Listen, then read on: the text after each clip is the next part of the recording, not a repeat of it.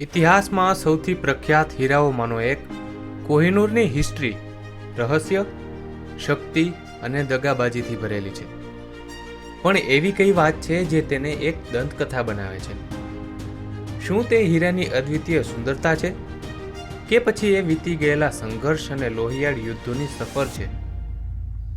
આવો આ બેહદ સુંદર હીરાના ઇતિહાસને જાણીએ, જ્યાં આ અમૂલ્ય હીરો સદીઓ સુધી રાજાઓના હાથોમાં ફરતો રહ્યો. એક ક્ષણમાં ભાગ્યની નિશાની તો બીજી ક્ષણે શ્રાપ તરીકે ઓળખાયો. કોહિનૂર હીરો યુદ્ધો અને સામ્રાજ્યો વચ્ચે અનેકવાર હસ્તાંતરિત થયો છે અને આજે તે વૈશ્વિક ચર્ચા અને વિવાદના કેન્દ્રમાં છે. પરંતુ કોહિનૂરની કહાનીમાં એવી અનેક ચોંકાવનારી વિગતો છે જે ઘણા લોકો જાણતા પણ નથી. હોરાઇઝન ટીવી ગુજરાતી ચેનલના વિડીયોઝમાં આપ સૌનું ફરી એકવાર સ્વાગત છે. કોહિનૂર હીરાનો સૌથી પ્રારંભિક ઇતિહાસ 13મી સદીથી જોવા મળે છે. તે ગોલકોંડાની ખાણોમાંથી કાઢવામાં આવ્યો હતો, જે પ્રાચીન ભારતના સમયમાં તેના વિશિષ્ટ અને અદ્વિતીય હીરાઓ માટે પ્રખ્યાત જગ્યા હતી. પછી આ હીરા પર સમય અને સામ્રાજ્યોના પરિવર્તનના કારણે વિવિધ રાજાઓએ પોતાના હક દાવાઓ કર્યા.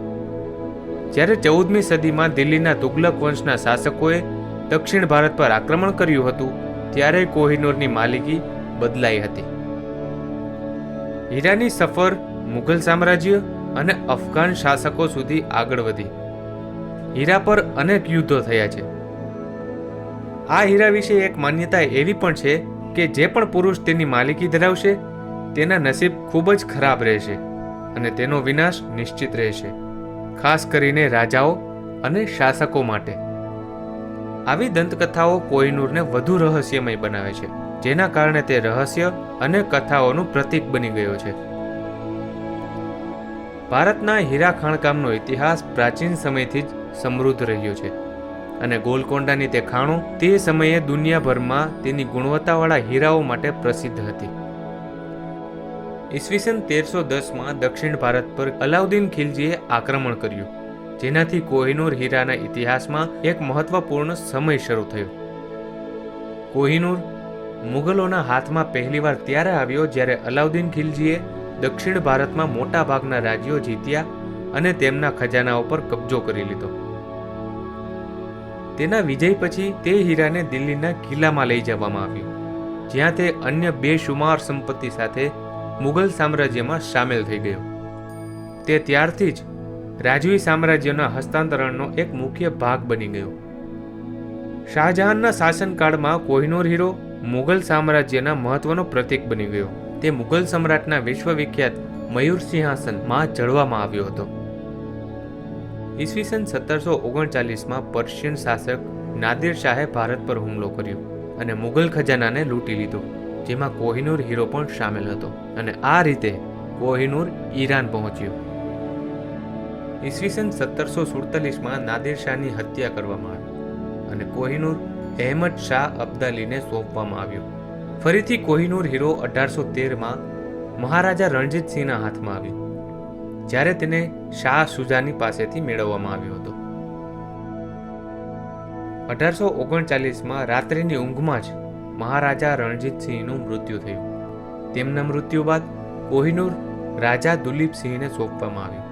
10 વર્ષ પછી 1849માં દુલીપસિંહે કોહિનૂર હીરો બ્રિટિશોને ગિફ્ટ તરીકે આપ્યો, અને આ જ એ સમય હતો જ્યારે કોહિનૂર બ્રિટિશ ખજાનામાં જોડાવા જઈ રહ્યો હતો.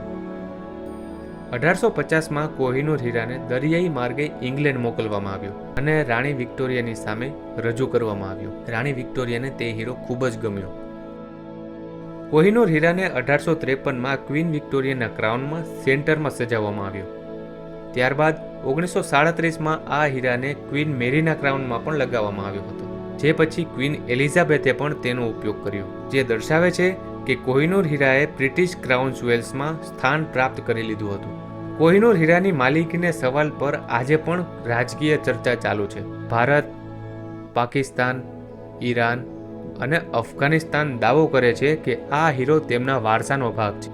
કોહિનૂર હીરાનો ઇતિહાસ રહસ્ય અને હિંસાથી ભરેલો છે.